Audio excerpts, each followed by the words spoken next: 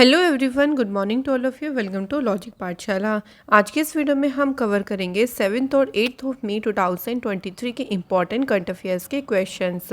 Friends, इस video का PDF आप लोगों को हमारे टेलीग्राम ग्रुप से मिल जाएगा, जिसका लिंक आपको डिस्क्रिप्शन में दिया गया है। आप लोग टेलीग्राम पर डायरेक्टली भी सर्च करके ग्रुप को ज्वाइन कर सकते हैं, वहाँ पर आपको पीडीएफ अवेलेबल मिल जाएगा। तो चलिए फ्रेंड्स, इस इंपॉर्टेंट सेशन को शुरू करते हैं मोटिवेशन कोट से। Life has two rules. First क्या है? नेवर क्विट, और दूसरा रूल है always remember rule first. So life में देखिए, हमें एक ये रूल रखना है कि हमें क्विट नहीं करना है, क्योंकि अगर हम क्विट कर देंगे तो उस काम को जो हमने शुरू किया है वो हम कैसे उसे कंप्लीट करेंगे। प्रॉब्लम्स तो देखिए हर किसी के लाइफ में होती है, ऐसा नहीं है कि बिना प्रॉब्लम्स के हम आसानी से आगे बढ़ते रहें। अगर प्रॉब्लम्स आई भी हैं तो उसका सोल्यूशन भी ज़रूर होगा, लेकिन आपको क्विट नहीं करना है। आपको आपकी लाइफ में जो प्रॉब्लम्स भी होंगी, आप रास्ते में जो भी मुश्किलें फेस करेंगे, उससे बाहर निकल के उन सभी मुश्किलों का सामना करके आपको निरंतर आगे बढ़ना है, ताकि आप अपनी मंजिल तक पहुंच सकें। स्टार्ट करते हैं इम्पॉर्टेंट डे से। 7th ऑफ मई को वर्ल्ड एथलेटिक्स डे मनाया जाता है, 7 मई को। इस दिन को बनाने का उद्देश्य यही होता है, देखिए, कि स्पोर्ट्स को प्रमोट करना, एक्सरसाइज को प्रमोट करना as a means of preventing disease and maintaining good health. तो बीमारियों को रोकने और एक गुड हेल्थ को मेंटेन रखने के साधन के रूप में जो एक्सरसाइज है, स्पोर्ट्स है, उसको बढ़ावा देना इसका उद्देश्य है। थीम इसकी याद रखेंगे, athletics for all a new beginning, ये इसकी थीम रही। नेक्स्ट इंपॉर्टेंट डे है world red cross day. World red cross day मनाया जाता है आपका 8 मई को। ये दिन सेलिब्रेट किया जाता है, इस दिन बर्थ एनिवर्सरी होती है हेनरी ड्यूनेंट की, जो कि international committee of red cross के फाउंडर थे। तो हेनरी ड्यूटेंट की जयंती को चिन्हित करने के लिए ही 8 मई को मनाया जाता है। हेनरी ड्यूटेंट का जन्म हुआ था 8 मई 1828 को जेनेवा, स्विट्ज़रलैंड में। ऑल्सो फ्रेंड्स, ध्यान रखेंगे, ये रेसिपिएंट थे फर्स्ट नोबल पीस प्राइज़ के। तो ह्यूमैनिटेरियन वर्क के लिए इन्हें मिला था नोबल पीस प्राइज़ सबसे पहले। ठीक है, तो इम्पॉर्टेंट पॉइंट है, इन्हीं की बर्थ एनिवर्सरी को मार्क करने के लिए सेलिब्रेट किया जाता है। अगला इम्पॉर्टेंट डे है world thalassaemia day. World thalassaemia day भी कब मनाते हैं? 8 मई को सेलिब्रेट किया जाता है ये दिन भी। और इस दिन देखिए, थैलेसीमिया जो विक्टिम्स हैं उनको कमेमोरेट करना, उनको एनकरेज करना कि वो डिसीज़ बीमारी के साथ जो वो स्ट्रगल कर रही हैं, उनको प्रोत्साहित करने के लिए, उनको इनकरेज करने के उद्देश्य से ये सेलिब्रेट किया जाता है। इन द ईयर 1994 में थैलेसीमिया इंटरनेशनल फेडरेशन ने अनाउंस किया था कि 8 मई को इंटरनेशनल थैलेसीमिया डे मनाया जाएगा। अब आती है इसकी थीम। तो इसकी थीम रही है we aware, share care, strengthening education to bridge the thalassaemia care gap. तो कब मनाया जाता है? ध्यान रखेंगे फ्रेंड्स, 8 मई को इम्पॉर्टेंट डे है, अक्सर एग्जाम में पूछा जाता है। चलिए फ्रेंड्स, अब स्टार्ट करते हैं आज के फर्स्ट क्वेश्चन से। पहला क्वेश्चन है, a 2-day youth 20 consultation programme conference has organised under the aegis of G20 under the ministry of youth affairs and sports concluded in which city.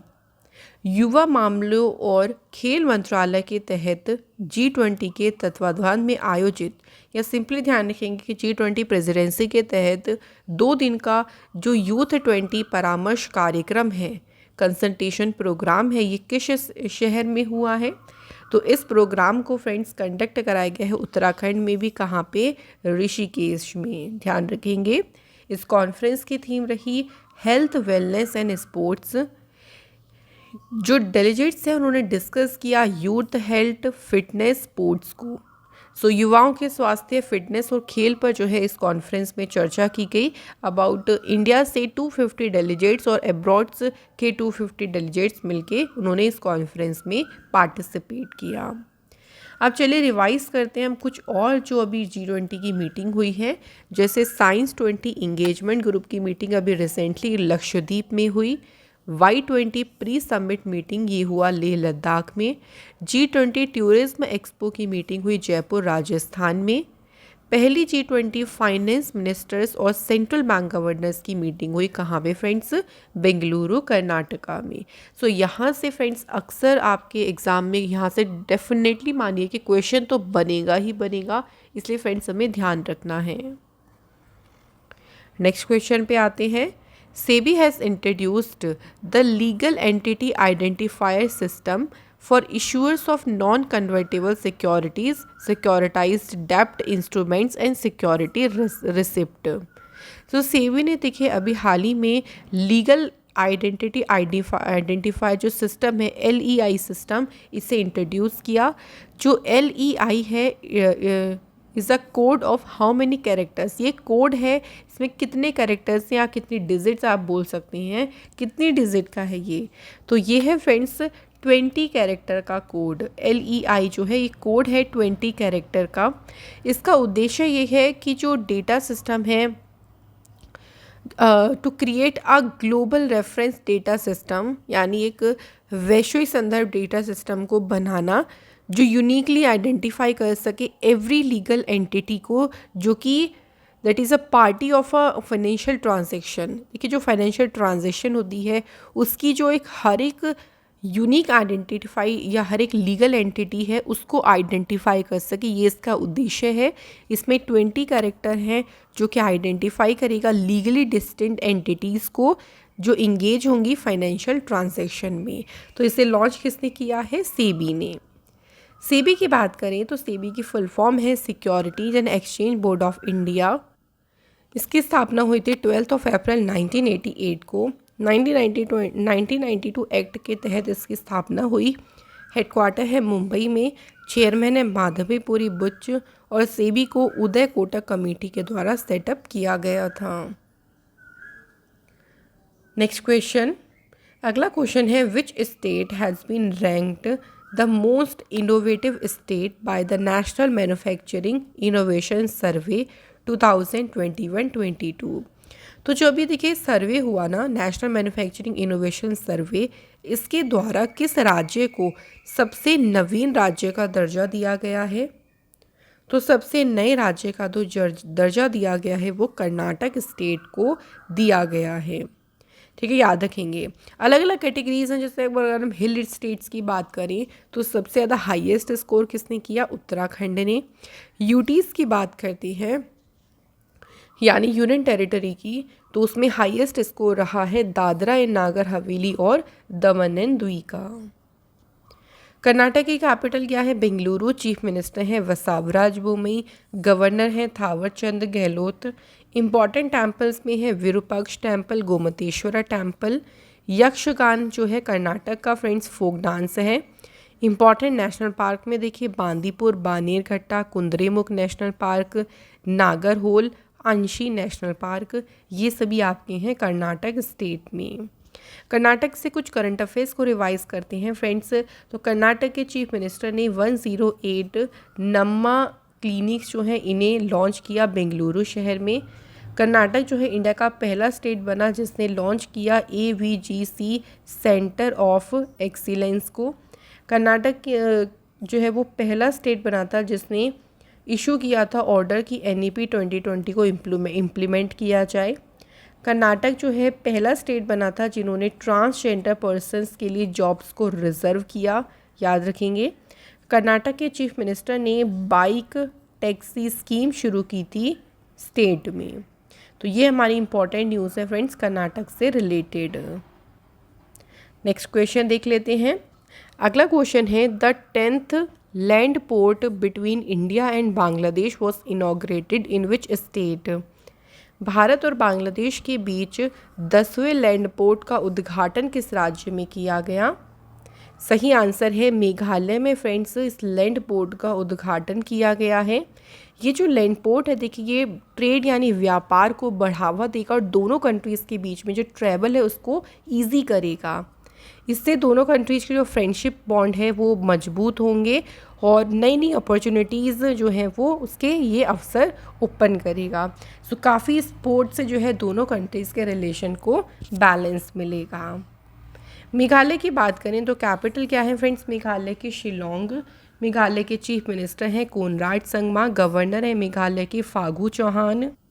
Meghalaya की फ्रेंड्स बात करें तो लोकसभा सीटें हैं यहाँ पे 2, मेघालय में राज्यसभा की सीटें हैं 1 और मेघालय में असेंबली सीट कितनी हैं 60। नोकरेक नेशनल पार्क और बालपक्रम नेशनल पार्क, ये दो इम्पॉर्टेंट नेशनल पार्क हैं मेघालय स्टेट में। चलिए फ्रेंड्स अगले क्वेश्चन की तरफ बढ़ती हैं। नेक्स्ट क्वेश्चन देखिए, विच स्टेट और UT launched the Adarsh colony initiative. किस राज्य या केंद्र शासित प्रदेश ने आदर्श कॉलोनी पहल को शुरू किया है? तो फ्रेंड्स इसे शुरू किया है उड़ीसा स्टेट ने। इसका मतलब उद्देश्य क्या है? देखिए इस आदर्श कॉलोनी इनिशिएटिव को शुरू करने का, तो जो कोस्टल इरोजन और क्लाइमेट चेंज के कारण जो लोगों की लाइफ वहाँ पे प्रभावित होती है, उनको फिर से देखिए रीसेटलमेंट करना। इसमें जो फंड इकट्ठा होगा ना, देखिए उसको यूज़ किया जाएगा हाउसेस के कंस्ट्रक्शन में, drinking water supply, electricity, roads और other facilities for the displaced people. तो इन सभी के लिए जो है फंड्स को यूज़ किया जाएगा। उड़ीसा की बात करें, कैपिटल है भुवनेश्वर, गवर्नर है उड़ीसा के गणेशी लाल। अच्छा फ्रेंड्स, और चीफ मिनिस्टर नवीन पटनायक है। नवीन पटनायक की बात करते हैं तो ये कौन सी पार्टी से बिलोंग करते हैं? इनकी पार्टी का नाम है बीजू जनता दल पार्टी। उड़ीसा में देखिए लोकसभा की सीटें कितनी हैं? 21 लोकसभा की सीटें हैं। राज्यसभा की सीटें हैं उड़ीसा में 10 और असेंबली सीट्स हैं यहाँ पे 147। उड़ीसा के इम्पॉर्टेंट देखिए फेस्टिवल्स में है छाऊ फेस्टिवल, कुनांक डांस फेस्टिवल, बाली यात्रा, राजा पर्व, नुआखाई, बोईता बंदना। तो ये इम्पॉर्टेंट फेस्टिवल हैं उड़ीसा स्टेट के। नेक्स्ट क्वेश्चन देखिए, अगला क्वेश्चन है, which bank has partnered with India shelter finance corporation limited under को लैंडिंग मॉडल। सो फ्रेंड्स यहाँ पूछा गया कि इस बैंक ने सह उधार मॉडल के तहत India shelter finance corporation limited के साथ में भागीदारी की है। तो ये जो पार्टनरशिप है ये किसने की है? एक्सिस बैंक ने। एक्सिस बैंक की स्थापना हुई थी 1993 में। हेडक्वार्टर है मुंबई महाराष्ट्र में। Chairman Rakesh Makhija, MD CEO है अमिताभ चौधरी और इसके टैगलाइन है बढ़ती का नाम जिंदगी। Next question, who has been elected as a next president of the Marylebone cricket club. Marylebone cricket club के अगले अध्यक्ष के रूप में किसे चुना गया है? राइट आंसर है मार्क निकोलस जो हैं अपॉइंट हुए हैं फ्रेंड्स इस क्लब के अगले प्रेसिडेंट। अपॉइंटमेंट की बात हुई तो देखिए अभी बास्केटबॉल फेडरेशन ऑफ इंडिया के एडमिनिस्ट्रेटर बने पी कृष्ण भट्ट। ये मैंने आपको बता दिया कि मेरीलेबॉन क्रिकेट क्लब के प्रेसिडेंट बने मार्क निकोलस। इसके अलावा कोल इंडिया के चेयरमैन और मैनेजिंग डायरेक्टर कौन बने हैं? पुल्लावरपू मल्लिकार्जुना प्रसाद। क्वांटस एयरलाइन की सीईओ बनी वेनेसा हडसन और एटॉमिक एनर्जी कमीशन के चेयरमैन कौन बने? Doctor Ajit Kumar Mohanty. Next question है, who has been appointed as a brand ambassador of Wakefit. तो जो वेकफिट कंपनी है इसके ब्रांड एम्बेसडर कौन अपॉइंट हुए हैं? Right answer is Ayushmann Khurrana. So देखिए ये क्वेश्चन जो अपॉइंटमेंट्स के होते हैं, अगर ब्रांड एम्बेसडर की बात है किसी भी फील्ड में अपॉइंटमेंट है तो आपको वन लाइनर में उनको अच्छे से ध्यान रखना है। ब्रांड एम्बेसडर में देखिए अभी स्टार स्पोर्ट्स बिलीव के ब्रांड एम्बेसडर बने ऋषभ पंत। जियो सिनेमा के एम्बेसडर बने रोहित शर्मा। HSBC इंडिया के ब्रांड इन्फ्लुएंसर बने विराट कोहली। स्टार स्पोर्ट्स के ब्रांड एम्बेसडर बने Ranveer Singh. Luxor writing instruments private limited के एम्बेसडर बने विराट कोहली और इंडिया की एम्बेसडर बनी शी चेंज क्लाइमेट के लिए Shreya Ghodawat. Next question, who has been appointed as a managing director of Accenture India. तो एसेंचर इंडिया के प्रबंध निदेशक के रूप में किसे नियुक्त किया गया है? करेक्ट आंसर है अजय विज जो है अपॉइंट हुए हैं मैनेजिंग डायरेक्टर पद पे। एसेंचर की बात करते हैं तो ये ग्लोबल प्रोफेशनल सर्विस कंपनी है जो प्रोवाइड करती है और range of services and solutions in strategy, consulting, digital technology, operations. तो इन सभी में सर्विसेज और सॉल्यूशंस कोई कंपनी प्रोवाइड करती है। इस कंपनी की शुरुआत हुई थी 1989 में। इसका हेडक्वार्टर कहाँ पे है? डबलिन आयरलैंड में जो है इसका हेडक्वार्टर है। Next question, Pakistan skipper Babar Azam has become the fastest player to reach 5000 runs in the ODI format. तो पाकिस्तान के जो कैप्टन हैं बाबर आजम, उन्होंने वनडे जो ओडीआई फॉर्मेट होती है उसमें सबसे तेज 5000 रन बनाने वाली ये खिलाड़ी बने। क्वेश्चन में पूछा गया कि कितनी इनिंग्स में जो है उन्होंने 5000 रन को जो है क्रॉस किया है। तो उन्होंने जो ये फ्रेंड्स 97 इनिंग्स में जो है 5000 रन कंप्लीट किए, जो कि सबसे जल्दी उन्होंने कंप्लीट किए हैं। इससे पहले देखिए रिकॉर्ड किसके नाम पे था, हाशिम अमला के, क्योंकि उन्होंने 101 इनिंग्स में 5000 रन पूरे किए थे। उन्हीं के रिकॉर्ड को तोड़कर बाबर आजम आगे निकल गए हैं और उन्होंने सबसे जल्दी 97 इनिंग्स में 5000 रन का जो आंकड़ा है उसे पार किया। Next question, Olympic champion javelin thrower Neeraj Chopra won the diamond league 2023 title with a throw of 88.67 metre. तो 88.67 मीटर की थ्रो के साथ में इन्होंने डायमंड लीग का खिताब जीता। ये जो डायमंड लीग है किस शहर में आयोजित की गई? तो फ्रेंड्स दोहा कतर में जो है डायमंड लीग का आयोजन किया गया। सो इसमें ध्यान रखेंगे दो चीज़ें कि किसने जीती, ये कहाँ पे हुई, दोहा में। इनकी थ्रो भी ध्यान रख लीजिएगा, क्वेश्चन बन सकता है किस थ्रो के साथ में जीते, 88.767 मीटर की थ्रो के साथ। सेकंड थर्ड प्लेस नहीं पूछेंगे आपको, सिर्फ और सिर्फ इनका नाम ध्यान रखना है। इन्होंने ओलंपिक में भी आपको याद होगा कौन सा मेडल जीता था, गोल्ड मेडल। तो फ्रेंड्स यहाँ पे हमारे क्वेश्चंस जो हैं वो कंप्लीट होते हैं। अब बात करते हैं फ्रेंड्स हम स्टैटिक जीके के क्वेश्चंस की। तो देखिए सबसे पहला क्वेश्चन क्या है, whose death coincided with the launch of non cooperation movement in 1920। तो किसकी मृत्यु 1920 में असहयोग आंदोलन की शुरुआत के साथ हुई? सो फ्रेंड्स सही आंसर है लोकमान्य तिलक। लोकमान्य तिलक जो है पास्ड आउट हुए थे 1 अगस्त 1920 में। उनकी डेथ के बाद ही देखिए 4 सितंबर 1920 को शुरू हो गया था non cooperation movement. Gandhi ji के गांधी जी के द्वारा जो है इसको शुरू किया गया था। ठीक है, ध्यान रखेंगे। Next question, which of the Indian activist was popularly known as Lokhitwadi. तो लोकहितवादी के नाम से किसे जाना जाता था? Right answer is Gopal Hari Deshmukh. ये इंडियन एक्टिविस्ट, सोशल रिफॉर्मर और राइटर थे महाराष्ट्र से। इन्हें जो है वो इनका जो पेन नेम था वो क्या था, लोकहितवादी। नेक्स्ट क्वेश्चन है, which of the following newspaper was started in 1919 by Motilal Nehru. 1919 में मोतीलाल नेहरू जी के द्वारा कौन सा न्यूज़पेपर शुरू किया गया था? तो इन्होंने जो न्यूज़पेपर शुरू किया था उसका नाम रखा था दी इंडिपेंडेंट। और कब शुरू किया था ये भी पूछ सकते हैं, 1919 में। नेक्स्ट क्वेश्चन देखिए, who of the following was called by British to be the father of Indian unrest. किसे अंग्रेजों ने भारतीय अशांति का जनक कहा? आंसर इज लोकमान्य तिलक जी को कहा गया फादर ऑफ इंडियन अनरेस्ट। अच्छा फ्रेंड्स, यहाँ से एक इम्पॉर्टेंट पॉइंट ध्यान रखिएगा। इन्होंने दो इम्पॉर्टेंट न्यूज़पेपर की शुरुआत की थी, उनका नाम ध्यान रखेंगे। एक का नाम है केसरी और दूसरा नाम क्या है, मराठा। ये दोनों न्यूज़पेपर किसने शुरू किए थे? बाल गंगाधर तिलक और गोपाल गणेश अगरकर ने। जो केसरी न्यूज़पेपर था ना, ये थी मराठी लैंग्वेज में, और जो मराठा न्यूज़पेपर है ये था इंग्लिश लैंग्वेज में। इसमें कंफ्यूज हो सकते हैं लैंग्वेज से, क्योंकि क्वेश्चन बन जाता है, इसलिए कंफ्यूज हमें बिल्कुल भी यहाँ से नहीं होना है। नेक्स्ट क्वेश्चन देखिए, अगला क्वेश्चन है, when was doctor Ambedkar given Bharat Ratna.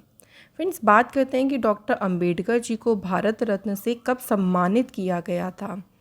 सही आंसर है 1990 में अंबेडकर जी को भारत रत्न दिया था। भारत रत्न जो है वो इंडिया का हाईएस्ट सिविलियन ऑनर है। इनसे जुड़े कुछ और इम्पॉर्टेंट पॉइंट्स मैं आपको बता देती हूँ।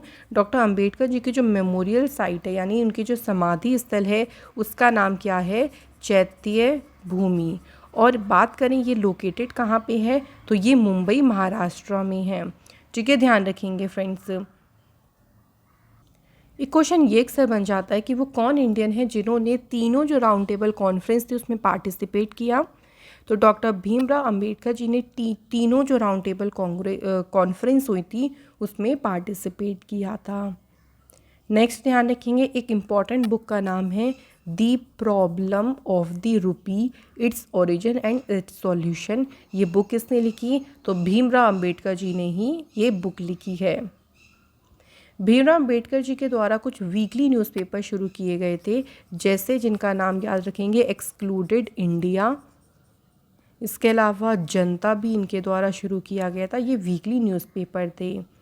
डॉक्टर भीमराव अंबेडकर जी इंडिया के पहले लॉ मिनिस्टर थे, इंडिपेंडेंट इंडिया के जो हैं पहले लॉ मिनिस्टर थे। अंबेडकर जी ने कंसीडर किया था जो राइट टू कॉन्स्टिट्यूशनल रेमेडी है उसे सोल ऑफ इंडियन कॉन्स्टिट्यूशन इनके द्वारा कहा गया। इसके अलावा इम्पॉर्टेंट एक और पॉइंट होता है कि अंबेडकर जी ने जो पूना पैक्ट है उसे कब साइन किया था, तो महात्मा गांधी और अंबेडकर जी के बीच में 24 सितंबर 1932 को पूना पैक्ट जो है वो साइन किया गया था। तो ये फ्रेंड्स हमारे कुछ इंपॉर्टेंट पॉइंट्स हैं जो ध्यान रखेंगे अंबेडकर जी से रिलेटेड। तो क्वेश्चंस यहाँ पे हमारे कंप्लीट होते हैं। नाउ टाइम आता है टेस्ट का। इन दोनों क्वेश्चंस के आंसर आप मुझे कमेंट बॉक्स में बताएं। पहला क्वेश्चन है जिसका एक बुक है वॉर एंड वुमेन, ये बुक किसने लिखी। दूसरा question, who was appointed as a head of NASA's newly established moon to Mars program. तो नासा का जो मून टू मार्स प्रोग्राम है उसके हेड के रूप में किसे अपॉइंट किया गया। तो फ्रेंड्स आप लोग चलिए अब इन दोनों क्वेश्चंस के आंसर हमें कमेंट बॉक्स में बता दीजिए। फ्रेंड्स यहाँ हमारी वीडियो कंप्लीट होती है। आपको हमारी अगर वीडियो अच्छी लगी है तो वीडियो को लाइक करें, शेयर करें फ्रेंड्स, और चैनल को सब्सक्राइब करें और हमें सपोर्ट करें। Thank you so much for watching this video.